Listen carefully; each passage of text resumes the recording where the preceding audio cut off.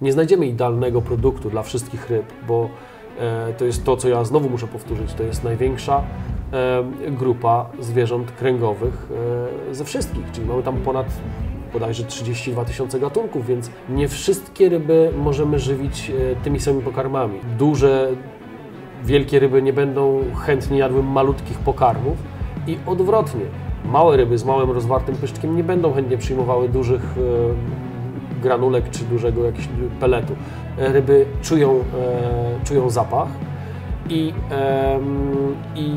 wybierają na podstawie tego, co czują, pokarm, który będą pobierać.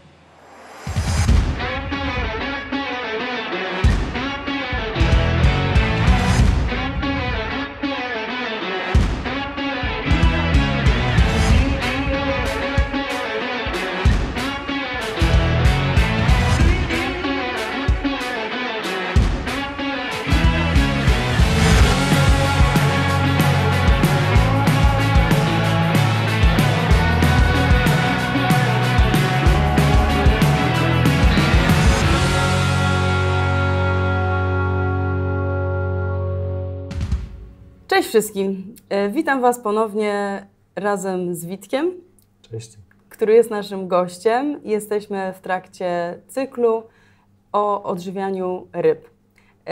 Chcemy Was zachęcić do tego, abyście odsłuchali poprzednie odcinki na temat prawidłowego doboru pokarmu, na temat chorób ryb, ale również wszystkie kolejne, które są przed nami. Dzisiaj będziemy rozmawiać o tym, na co zwrócić uwagę przy wyborze pokarmu. Porozmawiamy troszeczkę o białku i jego roli w pożywieniu.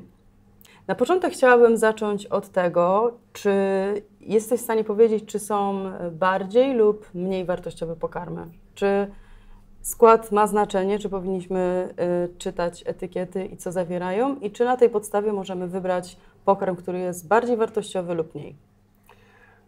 Tak, etykieta nam powie dużo o składzie pokarmu, ale bardzo ważnym czynnikiem jest też sama konsystencja pokarmu, bo są pokarmy, które mają świetny skład, ale konsystencja sprawia, że ryby niechętnie je jedzą. Także sam ten skład to nie wszystko. Z moich obserwacji wynika, że ryby bardzo albo bardziej chętnie jedzą pokarmy, które nie są twarde.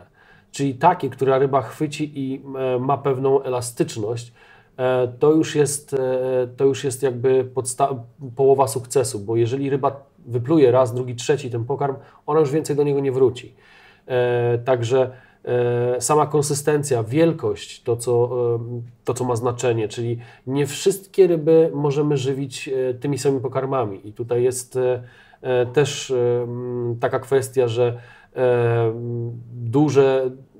wielkie ryby nie będą chętnie jadły malutkich pokarmów i odwrotnie. Małe ryby z małym rozwartym pyszczkiem nie będą chętnie przyjmowały dużych granulek czy dużego jakiegoś peletu.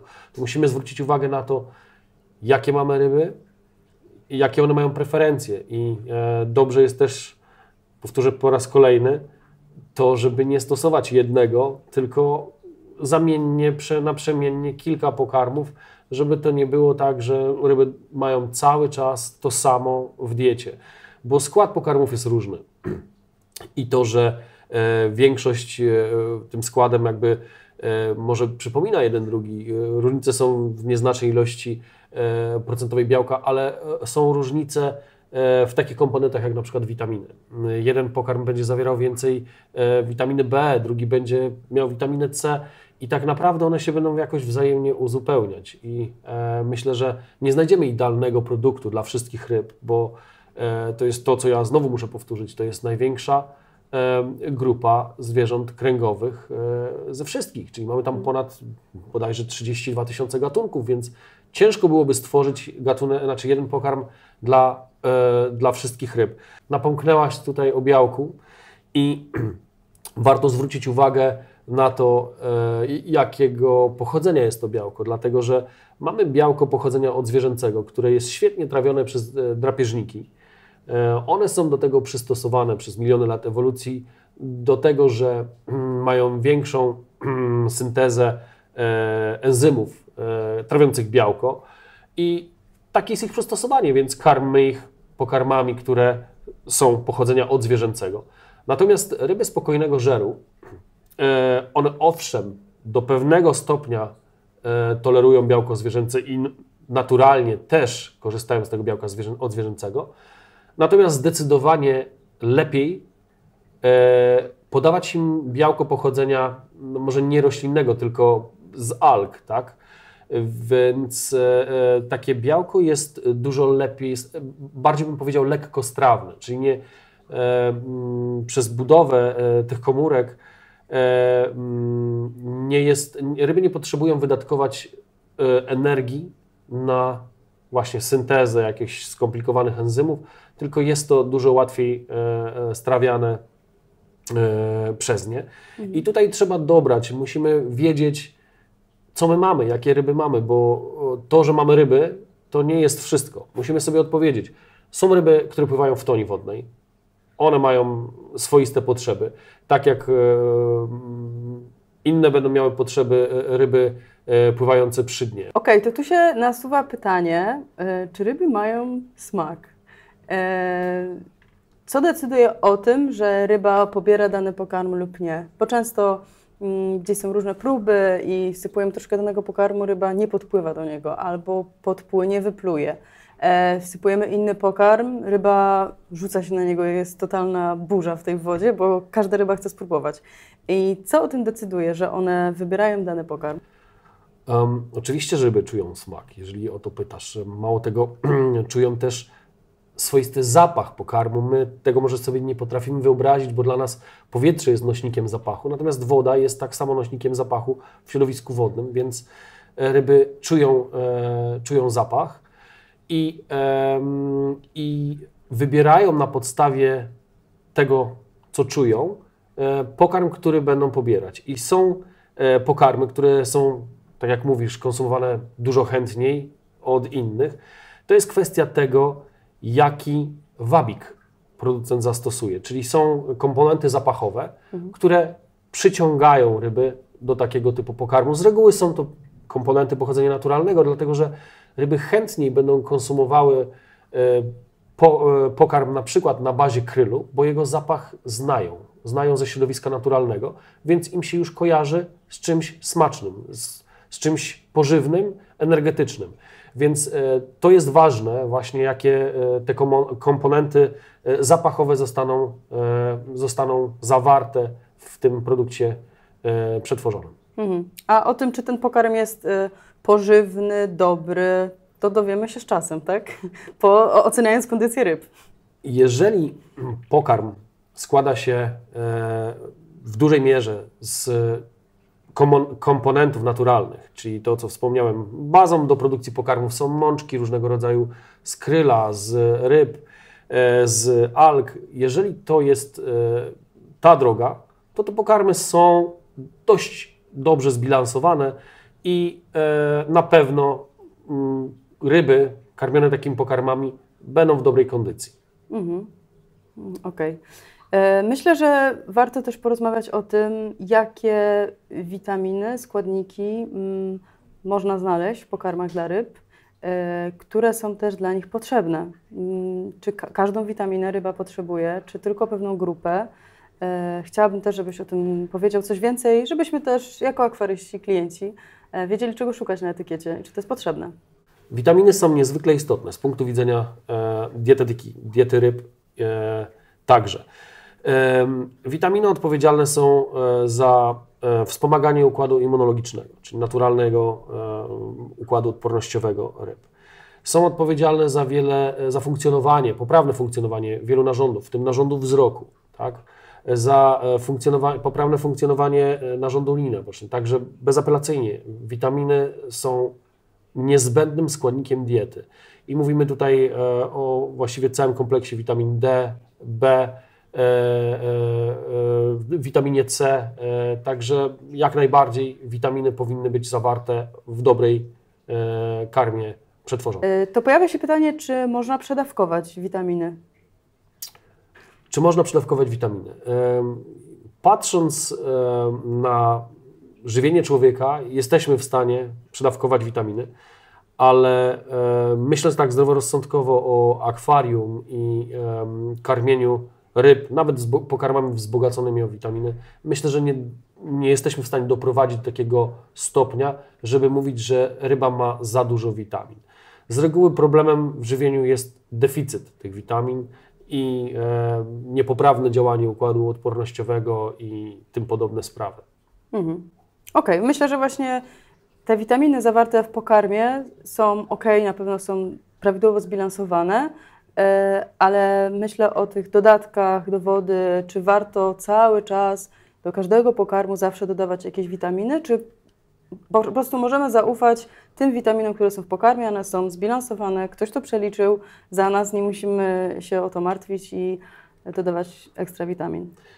Te pokarmy przetworzone z reguły są takim dodatkiem do karmienia. Nie ma co się oszukiwać.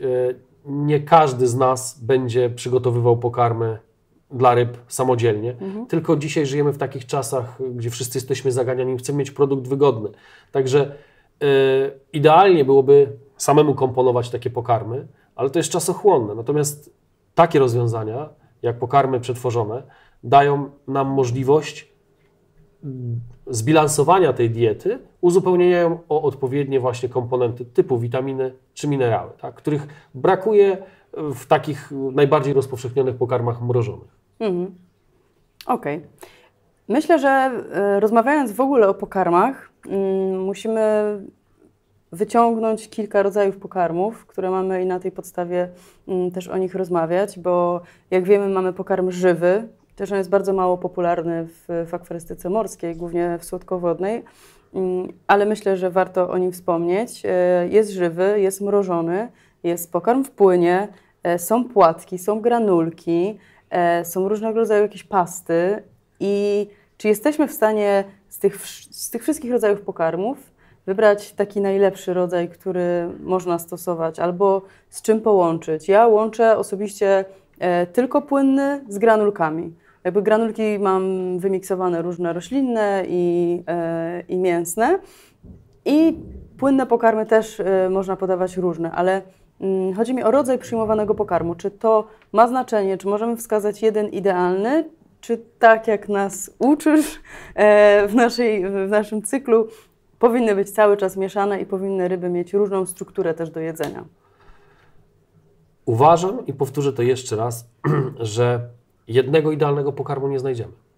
Że każdy z tych pokarmów ma coś, albo formę jego podawania, albo jakąś specyfikę, albo jakiś element diety, który uzupełnia jedno drugie.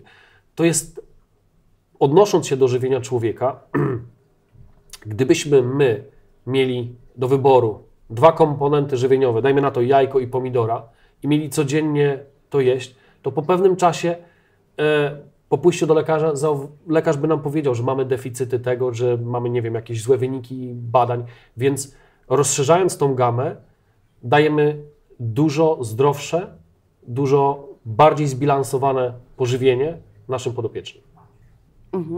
Okej. Jeszcze jest taka kwestia, która interesuje wiele osób, ponieważ każdy z nas, znaczy myślę, że każdy z nas, wielu akwarystów w którymś momencie ma chrapkę na rybę typu mandaryn. I wiemy, że to jest ryba wymagająca, która jednak żeruje przez właściwie całą dobę i szuka pokarmu i zazwyczaj szuka tego pokarmu żywego. I chciałabym się zapytać, czy masz jakieś takie techniki, jak nauczyć rybę jeść pożywienia sztucznego, pożywienia, na które nie trzeba polować, tylko po prostu gdzieś tam opadnie na dno. Więc podziel się z nami tymi sekretami.